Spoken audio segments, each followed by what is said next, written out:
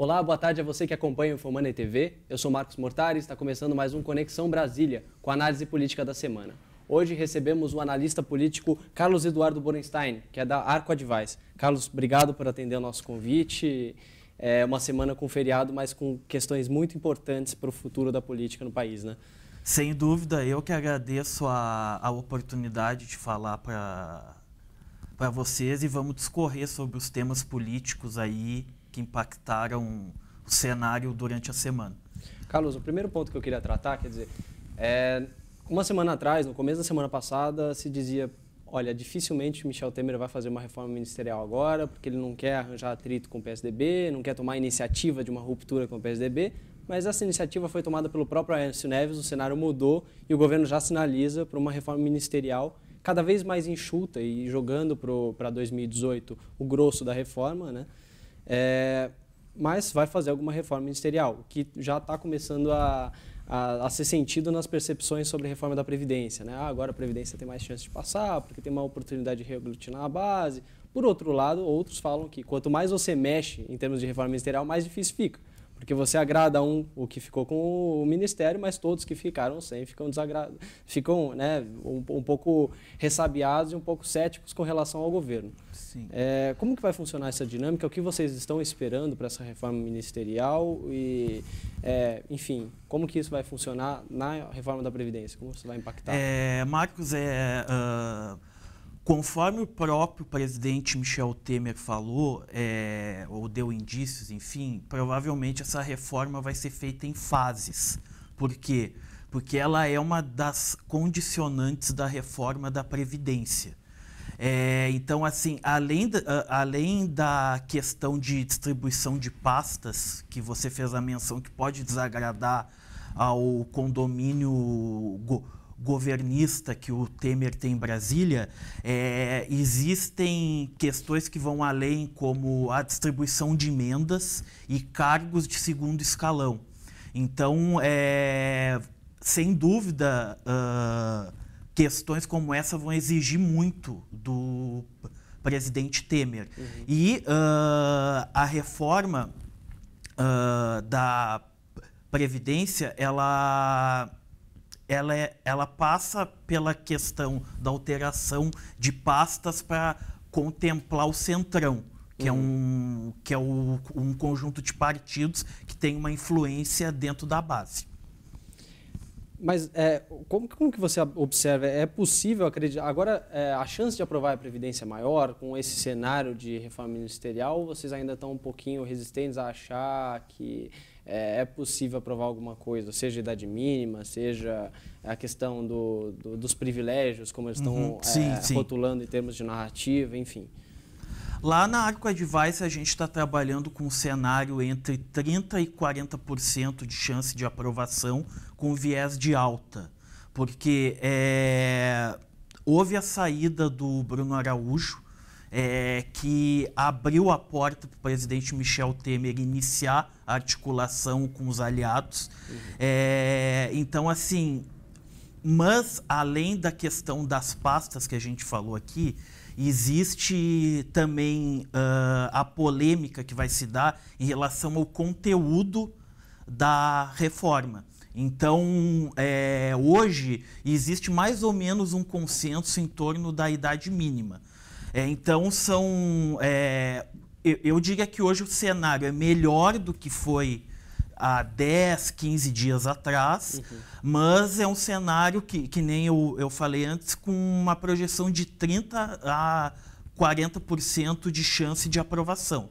Então, é um cenário que, se a reforma fosse hoje para o Congresso, eu creio que não seria aprovada, mas a gente não pode desconsiderar esse cenário, porque tem uma reforma para ser feita e, de um modo geral, existe espaço para o presidente Temer fazer a aprovação dessa reforma, que é tão importante para o futuro do país, né? Você falou em emendas, né, para além dos cargos. Tem espaço no orçamento para aprovar, para enviar mais emendas? Quer dizer, você tem a parcela obrigatória, mas você também tem alguma possibilidade de contingenciamento, não? Sim, mas aí assim, claro que o governo atenderia as emendas numa intensidade inferior. Mas, mesmo que a questão econômica ela seja importante em relação a esse tema, a reforma da Previdência só vai ser aprovada pela vontade política. Então, às vezes é um risco que o governo vai ter que fazer um movimento mais brusco no sentido de avaliar isso e, no caso de fazer o atendimento da base para aprovar essa reforma, que é tão importante não só para o país, assim como o futuro do governo em termos de imagem. Ô Carlos, aí tem a questão dos ministérios, né, que a gente tocou um pouquinho.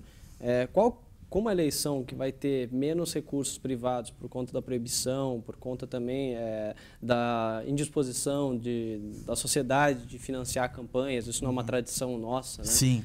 Com uma dependência maior do financiamento público, enfim. Qual que vai ser o papel dos ministérios, quer dizer, o governismo? Tem muita gente comparando o Temer a Sarney por conta da popularidade. Sim, sim. Como você vê essa comparação Temer-Sarney? Qual que vai ser o papel do Temer e qual vai ser o papel do governismo, da máquina, nas eleições? Historicamente, pelo peso que o Estado brasileiro tem, a máquina ela tem um peso muito importante. Sem dúvida, em que pese a popularidade baixa do presidente, em torno de 7%, 8%, se não me engano, que as sondagens apuram hoje, a gente tem que considerar que a eleição de 2018 vai ter uma pulverização muito grande. Então, assim, creio que se um candidato em torno de 15%, 16%, ele tem uma grande chance de chegar ao segundo turno. Então, sem dúvida, se a economia seguir emitindo sinais de recuperação que apresenta hoje, se o governo aprovar a reforma da Previdência, que é uma expectativa, ele passa a ter uma agenda interessante para oferecer e, com o uso da máquina, tem espaço, sim, para ele construir uma candidatura para chegar ao segundo turno. E aí existe entra essa o Meirelles possibilidade. nesse cenário. O que a gente tem hoje, se fala muito do nome do Meirelles pelo protagonismo que ele assumiu, mas a gente não pode esquecer que o próprio Temer, ele está habilitado para disputar a reeleição. Então, assim, a gente tem um cenário hoje que a popularidade do Temer é baixa, mas há muita água para rolar por debaixo da ponte até a sucessão de 2018. Então, eu também não descartaria totalmente a possibilidade do presidente Temer disputar a reeleição. Além do nome do Temer, que é mais improvável no atual cenário, nada indica, como Sim. você mesmo disse, que no futuro a economia deu uma melhorada e pelo menos ele tem a possibilidade de se lançar, não que vai ganhar, mas que se lance como candidato à reeleição. E do próprio Meirelles, quais são os nomes do governismo hoje que vocês estão especulando, que vocês acham que tem mais força? Entre Luciano Huck também, uma possibilidade, aí tem João Dória, Alckmin, João Dória perdeu um pouco de força, mas Alckmin, Sim. enfim. Eu creio que com a aprovação da reforma da Previdência, o governo vai procurar uma candidatura alinhada com essa agenda reformista. Então, além dos nomes do Meirelles e do próprio Temer, o PSDB, que mesmo que venha sair da base, ele é um partido comprometido com essa agenda. E eu diria que mesmo que o PSDB saia, dificilmente o PSDB vai votar contra qualquer tipo de iniciativa que o presidente Temer venha enviar para o Congresso. Então eu citaria o governador de São Paulo, Alckmin, o prefeito João Dória e o próprio Huck, que a gente não pode desconsiderar.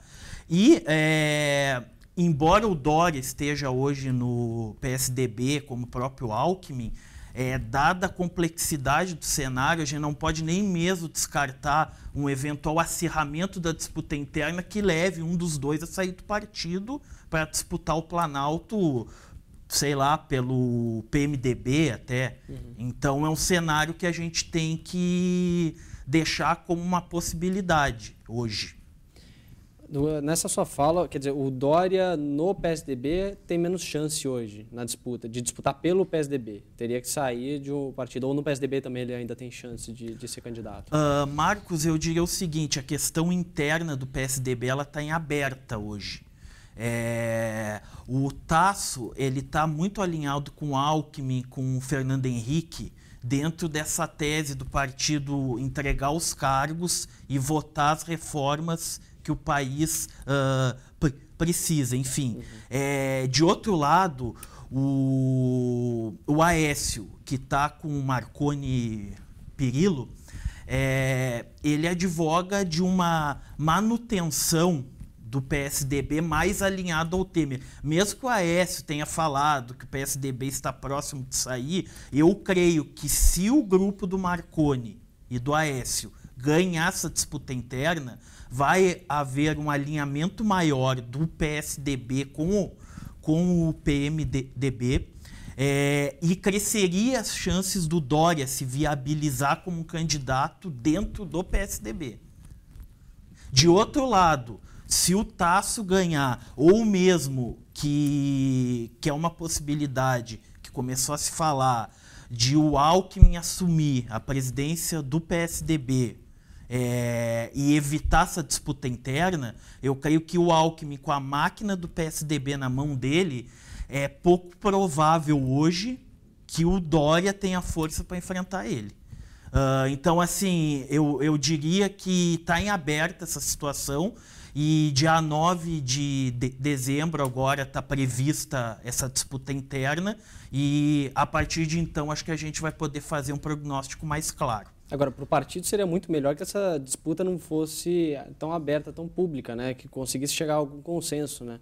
Para o partido sair um pouquinho mais estruturado, não? Assim, fazendo um comparativo com o que ocorreu e ocorre com o PT nessa crise, a gente observa que, de um modo geral, o PT resolve as crises internas mais fechado internamente, o PSDB não. Mas, enfim, isso é uma característica que os tucanos têm e dificilmente eu creio que eles vão alterar. Que, na verdade, é uma gênese que o partido herdou lá do PMDB, que eles carregam ainda.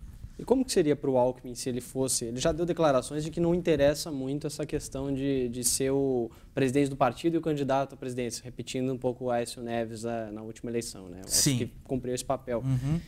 Mas como que vocês esperam aí, se o Alckmin se o Alckmin vier a aceitar essa proposição feita pelo Fernando Henrique Cardoso, ainda mais agora com essas questões das licenças, fica um pouquinho mais flexível essa questão de presidir o partido. Seria ruim para ele por ser ameaçado, por ser um desafio muito grande unificar o partido para uma eleição que está prestes a acontecer, ou seria bom porque ele tem a máquina na mão?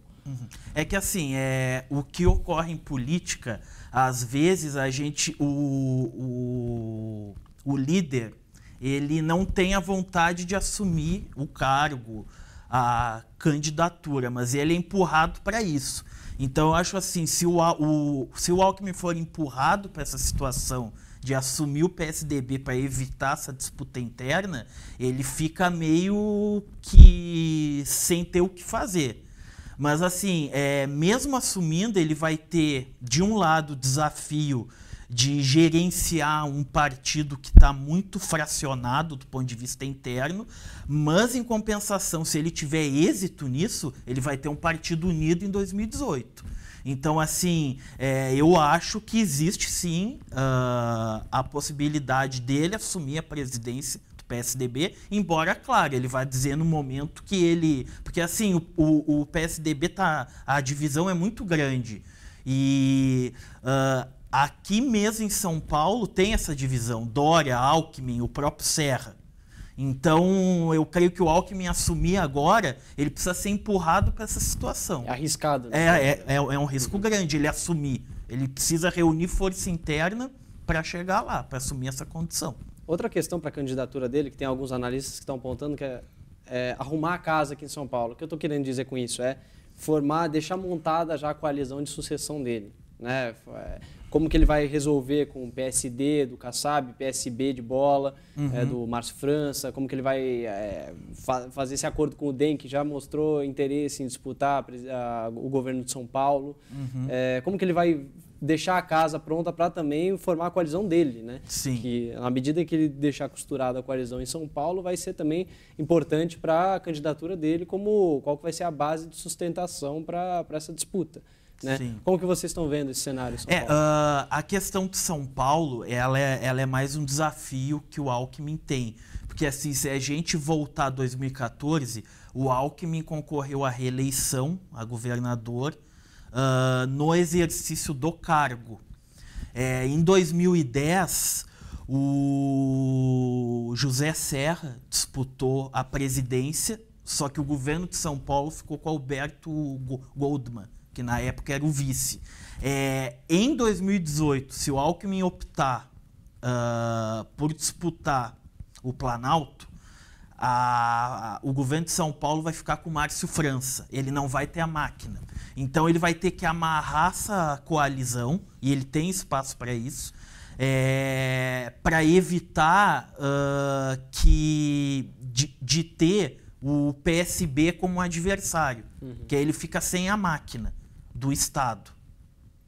Então, eu diria que essa é uma situação importante que o PSDB de São Paulo, o Alckmin, eles têm de desafio para enfrentar. E saiu na imprensa também que o Serra teria a disposição de concorrer, ele estaria, inclusive, falando com o PMDB e com o PSD, até dentro do objetivo de atrair o Paulo Scaff, o Kassab, para a aliança dele. Então, é uma série de movimentações que ocorrem, e, com certeza, o que se decidir em Brasília terá um reflexo grande aqui em São Paulo.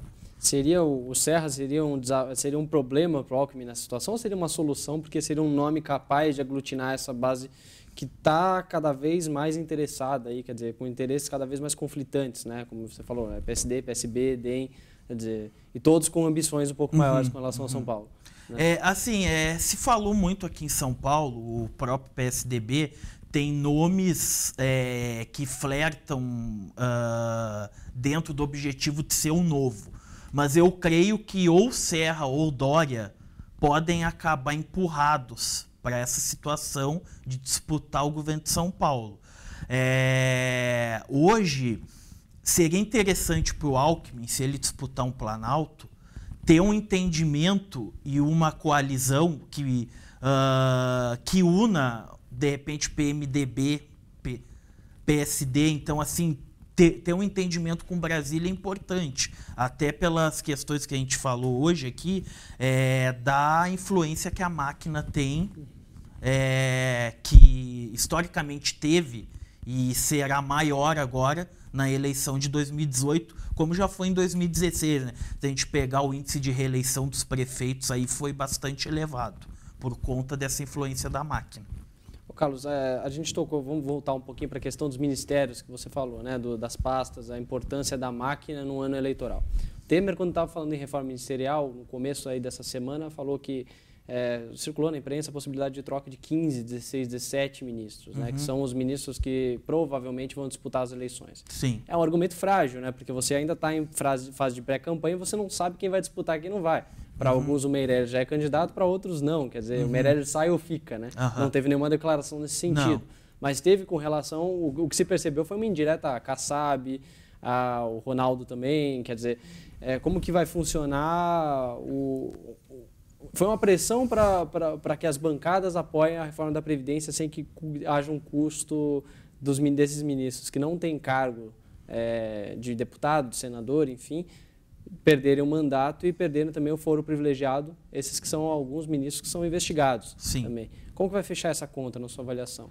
Olha, a gente tem, que nem você fez a menção, e na Arco a gente tinha feito uma avaliação esses tempos, com 17 pastas, o presidente Michel Temer pode remontar o governo dele, pensando na disputa, pensando na aprovação da reforma da Previdência, e também na sucessão de 2018, porque ele pode amarrar uma aliança para apoiar alguém utilizando a ocupação de pastas.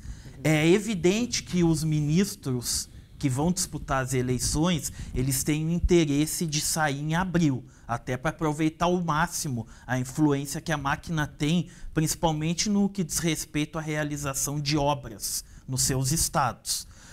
Em relação à questão do Meirelles, eu diria que é muito remota a possibilidade dele sair em 2017, porque ele é um player-chave para aprovar a reforma da Previdência. Então, assim, caso ele opte por disputar o Planalto, eu diria que isso vai acontecer ali em abril, no prazo limite que ele é obrigado a sair do cargo para disputar a eleição. Mesmo porque ele precisa de algum resultado econômico mais forte para se lançar, né? Sem dúvida, mas assim, Marcos, por outro lado, tem um desafio para o Meirelles, que é o seguinte: é importante que a reforma seja aprovada na Câmara no ano de 2017. E no Senado é fundamental que ocorra até o final de março, porque a partir de abril, além do custo político ser alto, os movimentos que o Meirelles fizer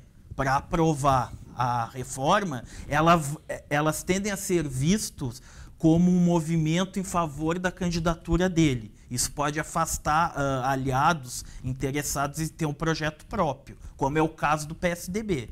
Hoje isso está atrapalhando um pouco. Teve nas últimas semanas uma coluna da Miriam Leitão falando um pouquinho disso também. Quer dizer, a candidatura do Meirelles está atrapalhando um pouco a reforma da Previdência nesse momento. Você tem visto dessa forma ou ainda não? Não, eu creio que ainda não, porque, que nem a gente falou antes, a reforma da Previdência ela é de interesse do PSDB. Tanto é que a nossa expectativa na Arco é que mesmo que o PSDB saia do governo, ele vai continuar dando os votos em matérias de interesse do país, como é o caso dessa. Então eu creio que no momento não, mas se a gente chegar numa situação que se protele muito a aprovação, principalmente no Senado, pode fazer sim com que o PSDB reavalie algumas situações, se ele perceber também que o Meirelles vai usar isso para capitalizar em favor de um projeto dele para disputar o Palácio do Planalto. Agora, Carlos, em termos estratégicos, você acha que foi um acerto ou foi um erro do PSDB nesse momento já sinalizar o desembarque? Por um lado, você vai perder a máquina de uma certa forma, por outro, você tenta se desfazer de um desgaste que é apoiar o governo Michel Temer nesse momento. Até que ponto vale a pena esse trade-off aí, essa escolha que o PSDB fez em meio a esse trade-off? Olha, Marcos, como a gente falou antes, o PSDB está vivendo um momento de dificuldade interna. Então é difícil a gente precisar se foi um acerto ou um erro, porque a gente não sabe nem quem vai dar a diretriz da linha que o partido vier seguir. Assim, se a gente seguir na linha que é liderada pelo senador Aécio, tende a haver um alinhamento maior com o PMDB. Por outro lado, se o Tasso ganha ou o Alckmin assumir a presidência de forma interina, para evitar a disputa interna, inclusive o Alckmin falou disso antes de começar essa confusão toda, que ele é a favor do apoio ao governo Temer sem a ocupação de cargos. Então a gente tem que aguardar um pouco para ver qual o grupo que vai assumir de fato o PSDB. Agora, assim, sem dúvida, se a reforma da Previdência passar no Congresso e o PSDB sair da base do Temer e eventualmente o Meirelles ou um outro nome disputar o Planalto apoiado pelo Temer, o eleitorado pode enxergar assim uma postura dúbia do PSDB. Então, isso traz, que nem a gente falou antes, mais um desafio para os tucanos enfrentarem, que não é um desafio fácil e vai exigir um malabarismo muito grande ali de quem vier assumir o comando do partido. E em meio a todo esse cenário, como que você vê os outsiders? Quer dizer, Jair Bolsonaro, que agora está na segunda posição, já é difícil falar de Jair Bolsonaro como um outsider de tão complexo que está o cenário, né? Sim. Uma pessoa que ocupa a segunda posição nas pesquisas já começa a ganhar um pouco mais de atenção. Né? Sem dúvida. Marina Silva também, ao mesmo tempo, por conta do desempenho nas últimas eleições também, nessa eleição, se desconsiderar a candidatura do Lula, ela tem um desempenho bastante considerável. Ciro Gomes, não sei, indo um pouquinho mais atrás, aí você tem os tucanos, mas enfim, esses nomes que a gente não tocou, né, esses outsiders em tese. Até o Joaquim Barbosa, essa semana, começou a ser especulado aí com relação a uma alternativa ao Luciano Huck também. Uma loucura, né? Todos os nomes são especulados nesse momento, né? Acho que é o momento de jogar o nome para cima para ver qual que resiste, né? Acho que esse tiroteio, né? Mas como que você vê os outsiders? Assim, vamos começar pelo Bolsonaro, que está em evidência aí, né?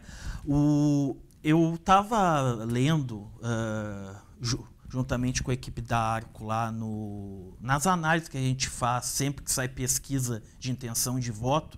Se a gente pegar a divisão do voto por sexo, região, renda, o Bolsonaro ele tem um índice muito alto, quase de 30% no eleitorado com ensino superior, que reside no Sudeste e nas grandes cidades. E masculino. Exatamente, jovens.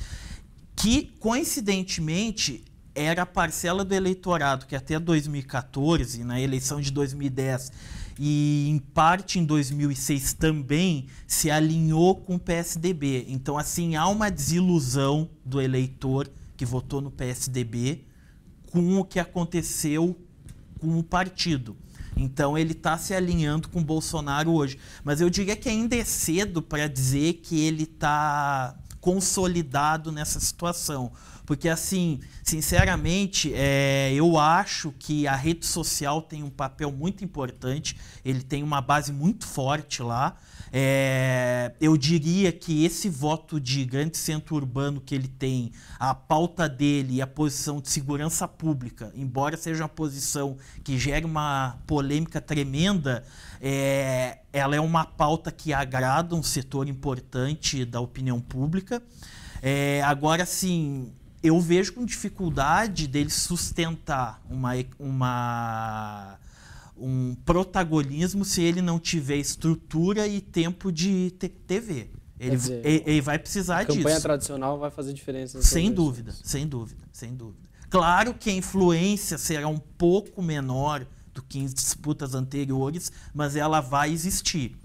E com o protagonismo que o Bolsonaro tem, ele vai, de uma certa forma, ser alvo, principalmente do PSDB. Eu estava vendo as matérias, acho que foi no Estadão que saiu hoje, o Fernando Henrique fazendo críticas ao Bolsonaro, o próprio Dória fez isso, o Alckmin. Então, assim, o que eu enxergo é o movimento do PSDB também de tentar rotular o Bolsonaro como extrema-direita, no sentido de se posicionar como uma centro-direita responsável, a favor de uma agenda de reformas, enfim. Então, existe essa disputa do centro para a direita, muito entre PSDB e Bolsonaro. Eu diria assim, a Marina, existe sim a possibilidade dela chegar ao segundo turno, mas esse cenário, a possibilidade dele vai crescer se houver ausência do Lula na disputa. Com o Lula, ele vai pegar esse voto de centro-esquerda, de esquerda, e o mesmo ocorre com o Ciro. Se a gente pegar sondagens dos mais diferentes institutos aí, o Ciro e a Marina crescem a partir da ausência do Lula. E a ausência do Lula também aumenta a imprevisibilidade, porque a gente também observa um crescimento do chamado não voto, branco, nulo, indeciso. E também a imprevisibilidade é tão alta, principalmente se não tiver o Lula, que nem mesmo o eventual segundo turno, por exemplo, entre forças de centro-direita, a gente pode descartar. Pegar o caso que aconteceu na eleição municipal em Porto Alegre de 2016. O PT tem uma força eleitoral grande, embora se desgastou muito nos últimos 12 anos na cidade, e teve um segundo turno entre o Sebastião Melo, do PMDB, que era o vice-prefeito de então, com o Marquesan, que hoje é o prefeito eleito do PSDB. Então, foi uma disputa de centro com a centro-direita. Então, assim, esse cenário é um cenário que pode sim ocorrer no país. Quer dizer, tudo que você está expressando aí é uma fragmentação muito grande, né? Primeiro, no lado da direita, quer dizer, um desconforto na direita, um pouco mais à direita, não só a extrema-direita, mas aquele pessoal que não é exatamente de centro-direita, mas está mais à direita, em votar com o PSDB. Existe um desconforto crescente da direita com relação ao PSDB e existe um desconforto crescente também da esquerda com o PT, principalmente nesses movimentos recentes do Lula, né, com relação a eu perdoo os golpistas, como ele disse. Quer dizer, é um movimento claro que ele sabe que para ele ganhar a eleição ele precisa do centro. Ao mesmo tempo, a extrema-esquerda resiste com relação a isso. A extrema-esquerda não, mas o grupo que está mais à esquerda do que a candidatura dele nesse momento resiste a isso, né? Ou seja, cenário completamente pulverizado, né, Borestan? Sem dúvida. Até porque, Marcos, essa menção que você fez ao Lula, que ele falou de perdoar os golpistas, entre aspas, o ex-ministro Ciro fez um movimento contrário de não dar esse aval a alianças com o PMDB e tal, porque o Ciro está de olho nesse eleitorado tradicional do PT. De outro lado, também, acho que foi no mês passado, o Bolsonaro teve nos Estados Unidos, surgiram uma série de matérias dizendo que os investidores gostaram da adesão à agenda dele. Então, assim, existe também de parte do Bolsonaro uma preocupação dele em não ser rotulado pelo PT, pelo PSDB, pelo PMDB, como um radical. Então, em certa medida, ele vai ter que caminhar em direção ao centro. Agora, sim, é importante frisar que, assim, em eleições anteriores, as forças caminharam em direção ao centro. É difícil ainda precisar como que o eleitorado vai reagir ao posicionamento do Bolsonaro. Informações que circulam de qualitativas que são feitas dizem que quando os entrevistadores lá são submetidos às opiniões expressadas pelo deputado do PSC, alguns falam mais ou menos o seguinte: olha, eu discordo do que ele fala, mas ele fala o que pensa. Então, no sentido que em eleições anteriores houve uma desilusão grande por conta da maquiagem do marketing, a gente não pode se considerar um cenário que o cara vote no Bolsonaro dizendo: olha, eu discordo do que ele está dizendo, mas ele é autêntico, ele fala a verdade. Tem uma migração também de votos de Lula para Bolsonaro, sem que dúvida, acho que é um pouco isso que você está dizendo. Isso aí, né? Que inclusive o Datafolha caracterizou como fenômeno Bolsolula. Então esse é um cenário assim que a gente tem que aguardar para avaliar. A gente tem que ver qual vai ser a agenda da disputa de 2018, se vai ser uma agenda mais centrada em economia, embora eu acho que vá ser. A pauta ética vai ser muito forte e o Bolsonaro ele pode crescer nesse vácuo que existe. Ele fazendo esse discurso forte dele, e também tem a questão do PSDB, que hoje ainda não está clara qual vai ser o discurso do partido, até porque nem se sabe como eles vão resolver essa questão interna lá. Então esse é um desafio que o PSDB vai ter pela frente. Carlos, obrigado pela sua participação aqui. A gente vai ter que encerrar. O pessoal já está me acenando faz um tempinho. Eu estou tentando administrar aqui. Obrigado pela participação. Eu que agradeço a oportunidade. Vamos convidá-lo mais, quando chegar mais próximo das eleições também, para a gente fazer essas análises, né? Atualizar essas análises. Estamos sempre aí à disposição. A você que nos acompanhou, obrigado pela audiência. Antes de encerrar, eu gostaria de fazer um alerta aí para vocês, fazer um convite. Para acompanhar, para aproveitar a promoção de cursos do Infomoney. Estamos na Black Friday, aí, cursos por até 50% de desconto. Aproveita lá que o tempo é limitado, aí, acho que vai até dia 24, se eu não me engano. Vai lá no site, entra e aproveite as promoções. Você que nos acompanhou nesse programa, obrigado pela audiência. Esperamos contar com a sua participação aí no programa da semana que vem. Vamos receber outro professor, outro especialista para debater a conjuntura política brasileira.